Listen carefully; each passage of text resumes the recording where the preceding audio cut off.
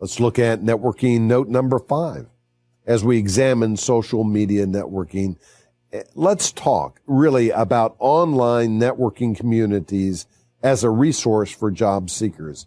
First, as we mentioned last time, there is a difference between social networking, which is linking with friends to socialize, versus business networking, which is developing relationships to help deliver results. Consequently, the more business-oriented websites usually produce better results. We would recommend LinkedIn for every job seeker and Facebook or MySpace as good social sites. Recruiters are now searching these databases for candidates, so watch out what information you present. Remember, you will also be judged by the company or friends you keep. And here's a warning. Limit your time associated with these websites. It is easy for a job seeker to hide behind keeping their websites up to date and responding to communications generated by the website rather than getting out and truly networking. So what's the point? Social media networking is important, but not a substitute for face-to-face relationships and building encounters. High touch trumps high tech any day.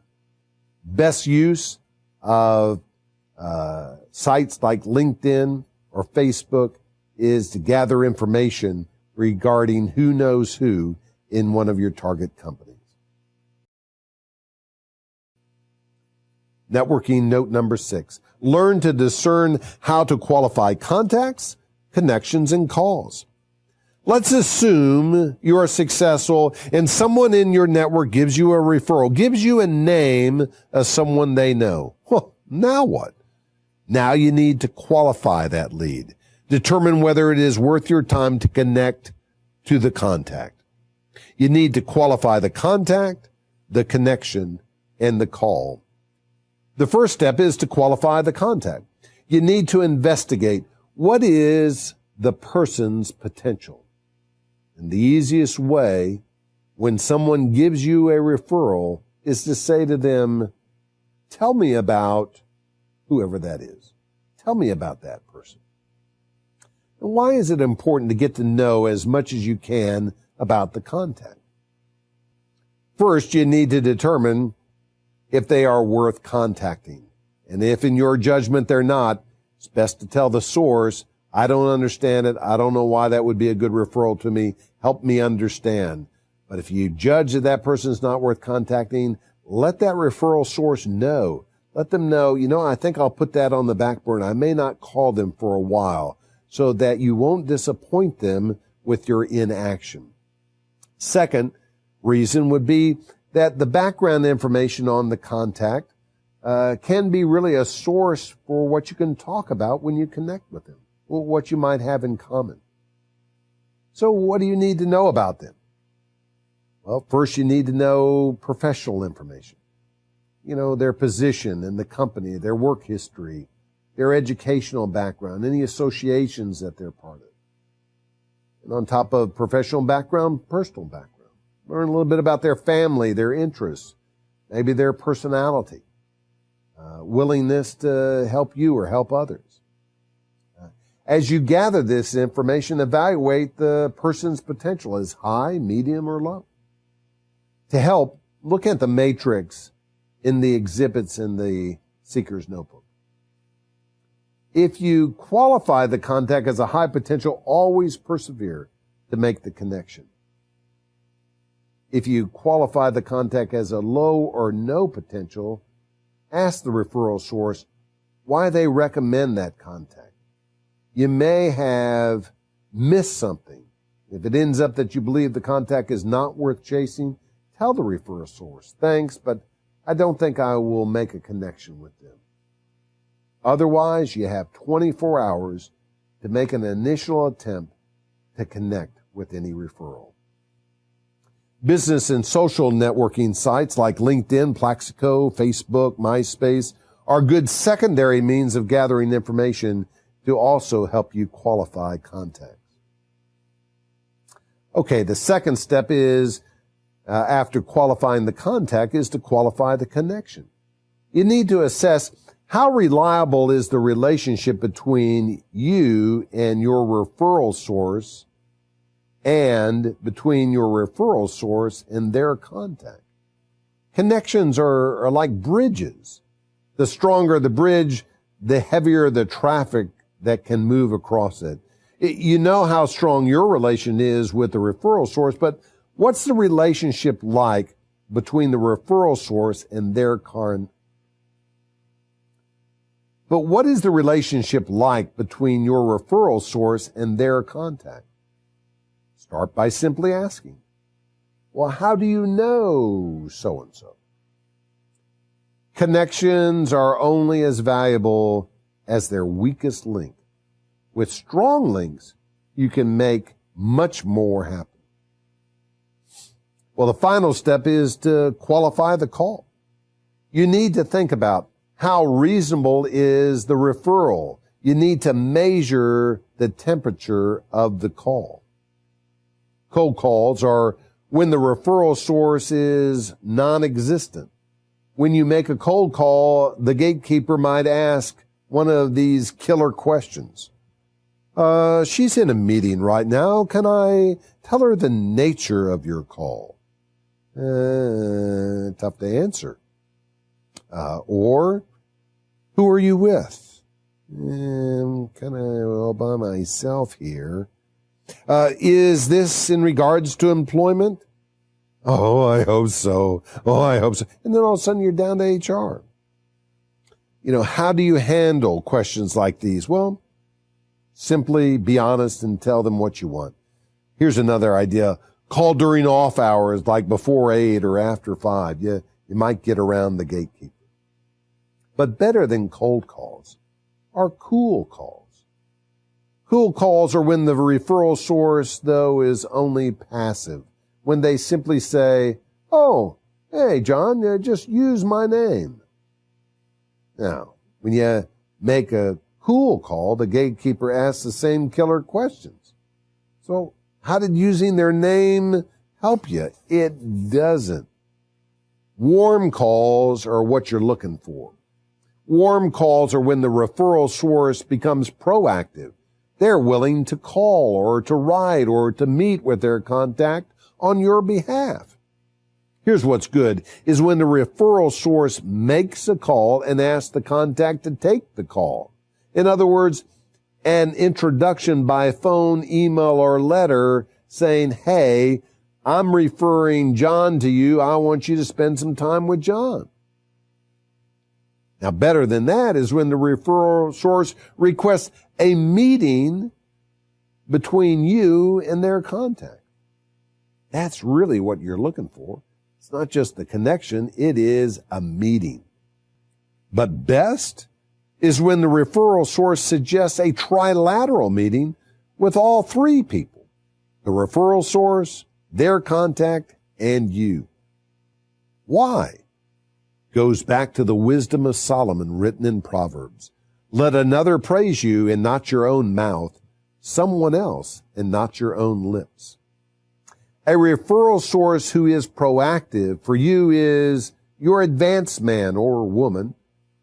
Some of the strongest leaders in history, as recorded in the Bible, had an advanced man.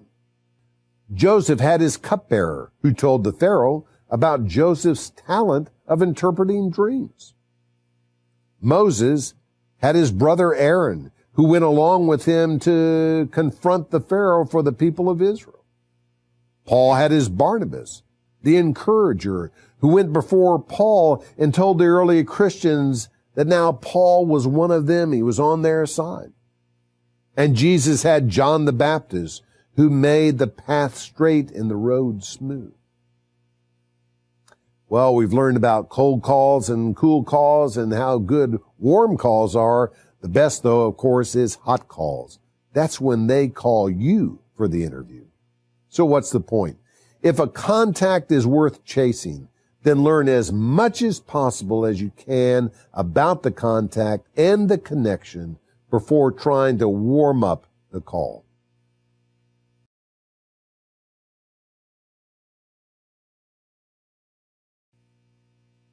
Networking note number 7. Kiss a bunch of frogs to find a prince. Yeah, that's right. Pucker up and get ready to kiss a bunch of frogs.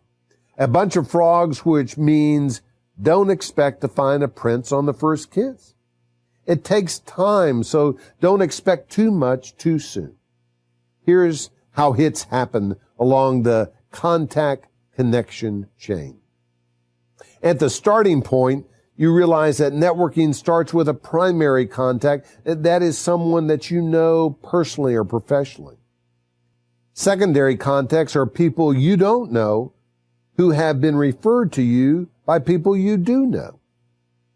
And then third and fourth level contacts are people that don't know you who have been referred to you by people that you've just met. So here's a question. Where do most of the hits happen? And what level, primary, secondary, third, fourth levels, do hits happen? That is, where job offers happen. Most hits happen 3 to 4 contacts out. So, here's another question. Let's say that you have a free hour tomorrow afternoon. There is a high potential person that you personally know that you have yet to contact. There's also a high potential total stranger who was referred to you by a secondary contact that you just met.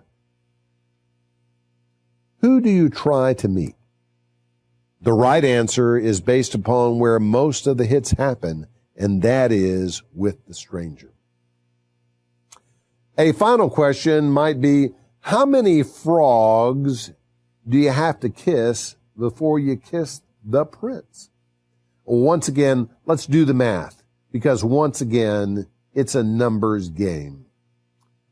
The hit ratio between the numbers of people you need to contact versus the number of job leads generated is relatively high. Well, how high? Ratios like 10 to 1, 20 to 1, maybe even 50 to 1.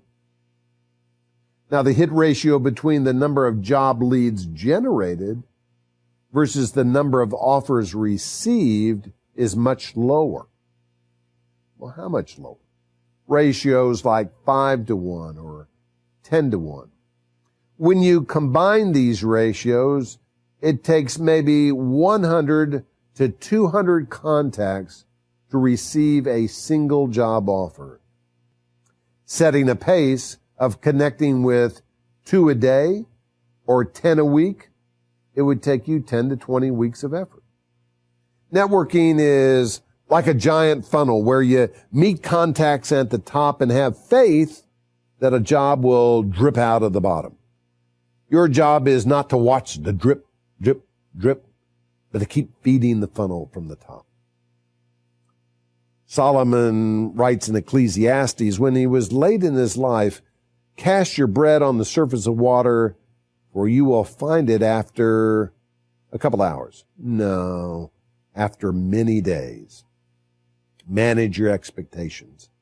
And as a final note, with all of these frogs hopping about, it is important that you keep track of them, like basic information, like name, title, company, referral source, last contact date, follow-up actions, and contact information like email and snail mail addresses, phones, faxes, and assistant's name.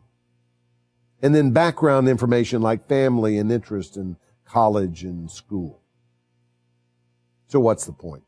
Networking is a game of chance where the odds of winning improve as you increase the potential for hits and increase the numbers. In short, find a bunch of frogs of the best looking frogs to kiss.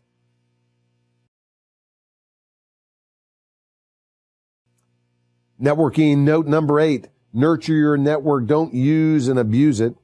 True networking, person-to-person networking, requires that you nurture your network and be careful never to use and abuse it.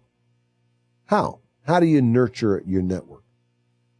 Well, first, you focus less on efficiency of short-term results like delivering a resume, and focus more on the effectiveness of long-lasting relationships, like developing a resource.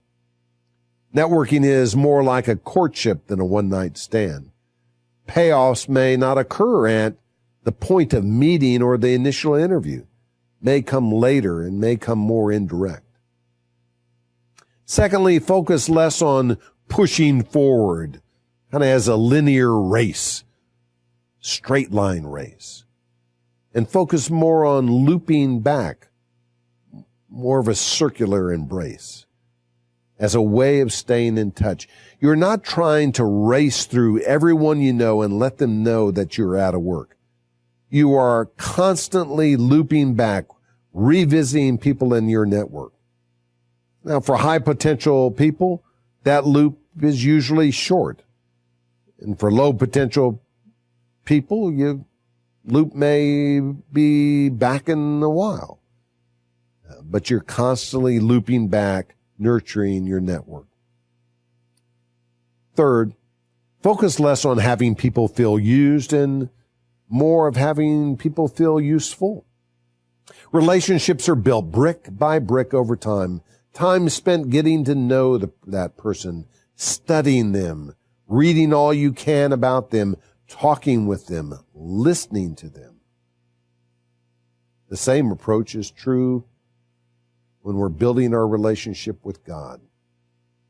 It is based upon time spent getting to know God, studying God, reading all you can about God, talking with God, listening to God.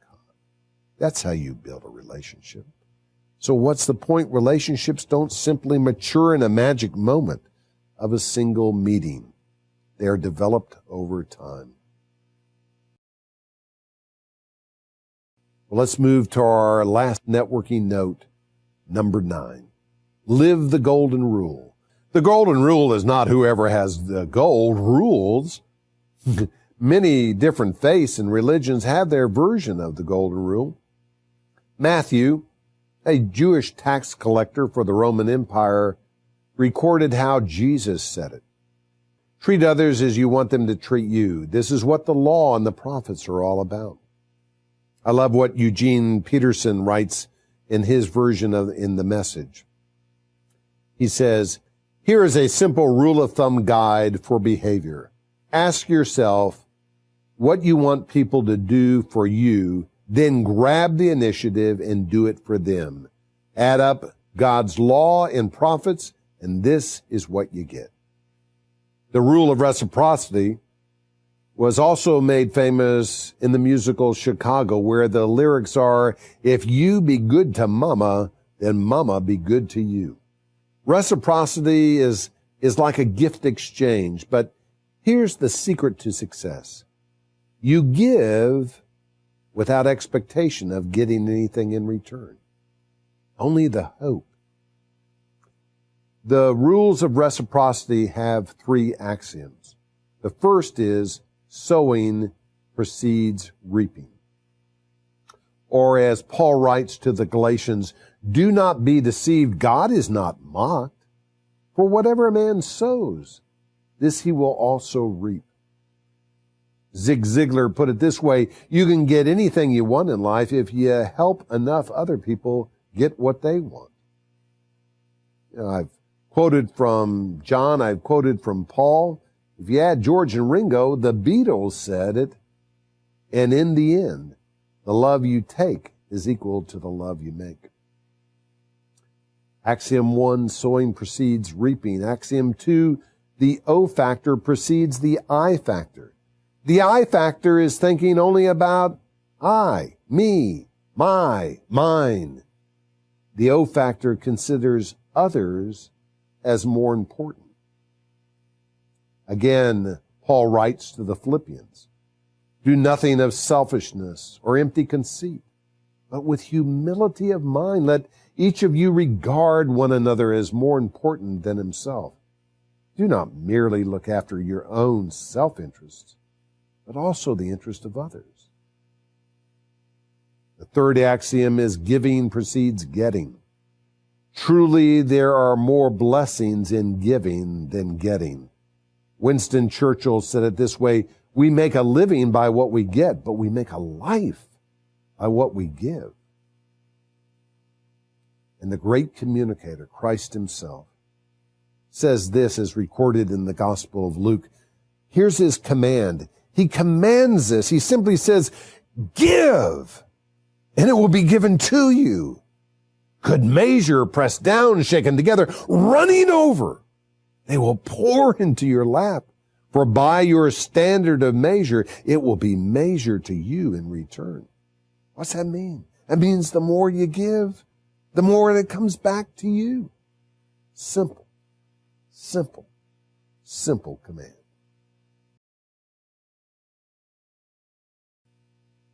Give. Well, what kind of giving should I give? Well, first off, give gifts of value. So what kind of gifts should you give that are most valuable? They are gifts of you. When you give away you, when you give yourself away, your talents, your gifts, your skills, your attitude, your life. I love what James Jones in his book, In the Middle of This Road We Call Life, writes. He said, the goal of childhood is to become an individual. Goal of adulthood is to give that individuality away. The task of childhood is to separate. The task of adulthood is to connect. So give gifts of values, but give gifts of knowledge. Gifts of what you know or your know-how. You give old knowledge, what you know from all the experiences you've had in work and in life. But also give gifts of new knowledge, what you know from research that you may have conducted on their industry or their competition or their market position or their product lines or service lines. I had one client looking for a property management job. He went to the sites. He took photographs. He documented. He came back and said, these are the things I found wrong, and here's a plan of how I would fix them. He got the job on the spot because he gave. Give gifts of connections, gifts of who you know who might be able to help them solve the problem or be a resource for them. Aren't you looking for that in return? Then give it. Be the example. And then give gifts of time. Oh, time is so dear. Sometimes it's easier to give money than your time. But now you're giving your time. Volunteer your time to a cause that they support. Work beside them. Volunteer for maybe a short-term, well-defined project to help them out at work. Charge less than market rates. Don't give yourself away for nothing, else you'll be worthless. They must have some skin in the game, but offer up, hey, why don't I spend the next week or two? Why don't I fly out? You pick up my expenses. I'll give you my time. Give gifts of random acts of kindness. Reach out and touch them in a personal way. Maybe that's a call. Maybe that's a compliment. Maybe that's a prayer. No act of kindness, says Aesop, no matter how small, is ever wasted. So what are some random acts of kindness? Well, drop in for a visit for a few minutes. Or maybe you handwrite a little note of encouragement. The thing I like best about you is, and maybe you just write that. Or maybe clip a top-of-mind news article of the day that you've read and thought of them and just send it with a note. Make a, what a hey call. What the hey? And just ask, what are you working on? What are some of the problems you're facing today? What insights have you had recently? Just to connect, just to say, I'm thinking about you. I really care about you. So what's the point? You connect with people in their world.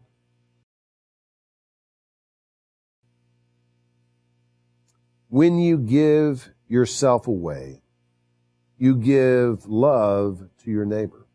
There is no love without sacrifice of self. God knows this truth. This is why he sent his son to take our place and lay down his life so that we may have life everlasting. Jesus said, greater love has no one than this, that he lay down his life for his friends. He paid the price for what we've done or failed to do. He was crucified. He died and was buried in a borrowed tomb. And the good news is that he lives today, and he wants you on his friends list.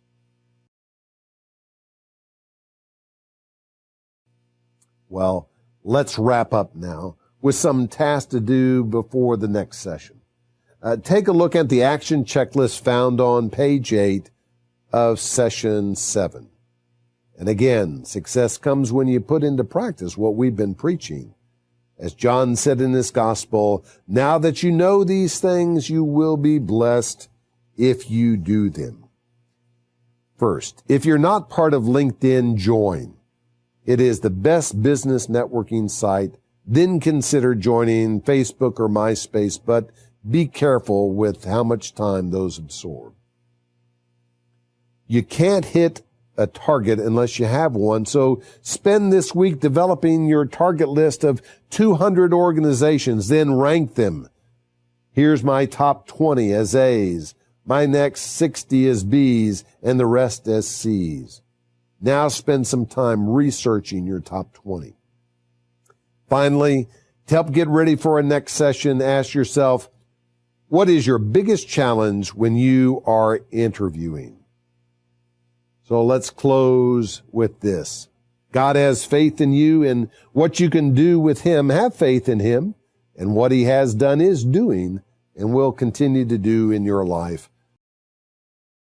Let's go to him in a final word of prayer. Dear God, we have learned that networking is linking, connecting, bridging from someone we know to someone we want to know, someone with whom we are seeking to have a closer personal relationship. Heavenly Father, if there is anyone listening who wants to personally know you as the one true living God, then they're going to need to meet your Son, Jesus Christ. And if they don't know Jesus personally and need someone to help them with a warm call introduction, we would be more than ready to help them link the two of them together. We are well connected. We have friends in high places. And in the name of the Most High God, we pray. Amen.